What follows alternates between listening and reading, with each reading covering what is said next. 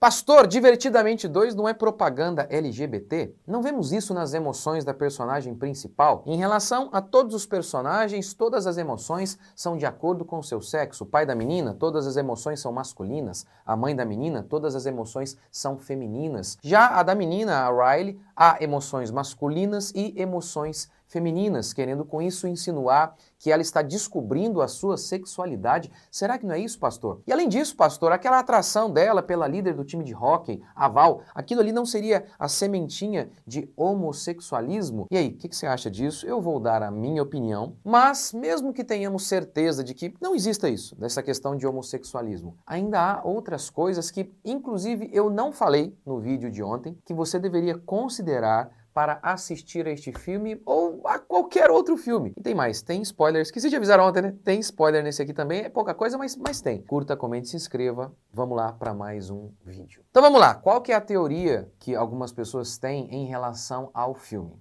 A teoria é essa, que aquela menina ali, ela é gay, ela é homossexual. Por quê? Por conta das emoções. Então a teoria seria o seguinte, olha, um jovem, ele é confuso e mais instável, passando assim por poderosas mudanças. Os adultos costumam, por outro lado, ser pessoas mais estáveis emocionalmente. Talvez por isso as suas emoções sejam retratadas no filme, na figura do pai e da mãe, assim de maneira mais íntegra e menos caótica. Então, as suas emoções, as emoções da menina, estão se desenvolvendo, criando ainda uma identidade que poderia ser de menino ou de menina. Por isso, então, haveria ali masculino e feminino nas emoções da menina. Agora, qual seria o problema dessa teoria? Lá no Divertidamente 1, nós vemos rapidamente a mente de um menino.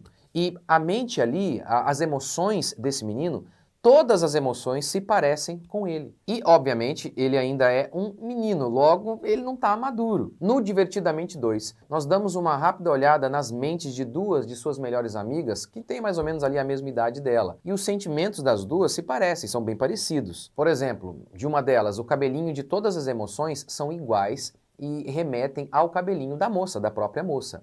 Agora, já a personagem principal, a Riley, com ela não. As emoções são marcadamente únicas, completamente diferentes. Então perguntaram para o próprio diretor sobre isso. Aí essa teoria que ali pode ser, quem sabe, essa questão filosófica ou até uma questão de homossexualismo ali, por isso que tem menino e menina nas emoções da Riley, ele respondeu assim: eu adoraria ter alguma resposta filosófica e profunda para você, mas a resposta é que se trata de uma comédia. Então vamos lá, minha conclusão. As emoções da Riley são os personagens principais do filme, aparecem a toda hora. Como que eles iriam colocar aquelas emoções exatamente que retratasse algo extremamente idêntico? Como colocá-las exatamente iguais? Impossível. Como é que ia ficar a narrativa, a construção do filme? Muito ruim. Então eu simplesmente acredito que por conta de narrativa criativa mesmo, para que houvesse comunicação, identificação, é que eles retrataram daquela maneira as emoções da Riley. Mas vamos ao segundo ponto, a atração da Riley pela Val, a líder do time de hóquei, que era a menina ali mais popular. Olha, pode até ser que amanhã os diretores, sei lá quem, decidam fazer um terceiro filme em que a Riley namora a Val. Sei lá, até pode, mas não há em si uma questão homossexual ali no filme, mas simplesmente uma projeção de uma garotinha que vê uma menina mais velha como um exemplo do que ela deseja ser.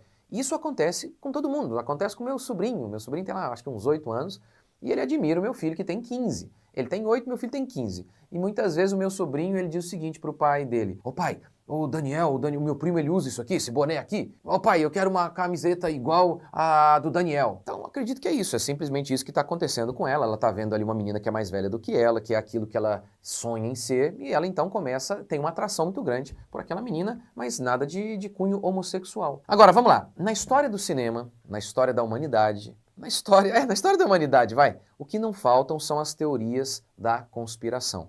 Por quê? Porque, primeiro, algumas delas são verdadeiras. Políticos, líderes religiosos, autoridades, muitas vezes escondem segredos sombrios e mentem.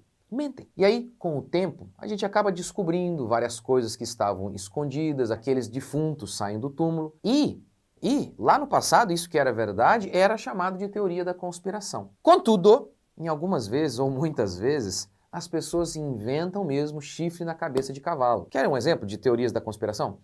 Me falaram que eu sou maçom, você acredita nisso? Um dia o cara me mandou gravar um vídeo sobre mim, E fizeram, eu nem sei que símbolo que é de maçom, só sei que eu fiz, ó, eu tô pregando aqui, falando, e o cara, pá, congelou a imagem e falou, olha lá, ele é maçom, não sei.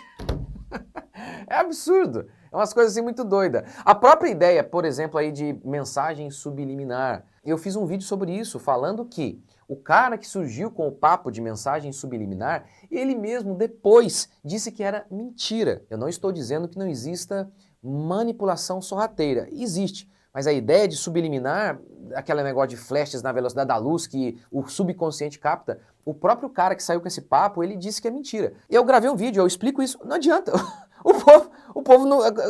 Você é um maçom, por isso que você não acredita em mensagem subliminar. Eu explico lá, eu acredito em manipulação, às vezes meio sorrateira, escondidinha. Isso existe, mas a mensagem subliminar não. E o próprio cara que surgiu com o papo, ele confessou que ele mentiu. Mas não adianta, o povo continua acreditando. Ok, então, ainda que eu acredite que não exista ali uma propaganda LGBT no filme, isso não faz do filme algo completamente bom. O filme até tem algumas coisas bem legais, como por exemplo, um dos pontos centrais da ansiedade da Riley é a necessidade dela de querer ser desejada, amada, de fazer parte de um grupo. E isso no filme é retratado como algo ruim. Tanto é que ela acaba, por exemplo, pintando o cabelo, uma mechinha lá do grupinho que ela quer fazer parte. Mas no final, ela apagou aquele negócio, ela desfez aquele negócio e ela voltou a ser ela mesma. Então, isso é uma coisa espetacular no filme. Mas, por outro lado, e eu falei lá no meu outro vídeo, os vários problemas do filme, e outro problema que eu nem cheguei a mencionar lá explicitamente. Num dos momentos do filme,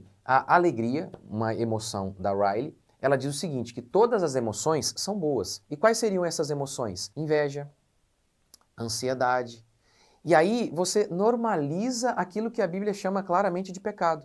A inveja, a ansiedade. Tanto é que numa das cenas finais do Divertidamente 2, a alegria tá ali, coloca a ansiedade sentadinha, deixa ela dentro ali da mente. Não, isso aqui, você tem um lugar aqui especial, aqui, a ansiedade. Se você acha que tem mesmo isso, ansiedade normal, que faz bem, e ansiedade pecaminosa, assista a minha série sobre ansiedade em que eu mostro, não existe essas duas ansiedades. Isso é uma mentira. Agora, o filme fala de temas que são assim profundos da existência humana. Quem somos? Como somos formados? O que controla e o que nos controla e o que nos move? Como lidar com a ansiedade? O problema é que na maioria das vezes as respostas que dão a isso são respostas incorretas, como eu mostrei no meu primeiro vídeo. Agora, você pode adotar dois caminhos em relação ao filme. Primeiro, usar o filme como uma isca para falar desses temas com os seus filhos. Mas aí, basicamente, você vai acabar tendo que desconstruir boa parte daquilo que você assistiu ali. Mas talvez seja um caminho.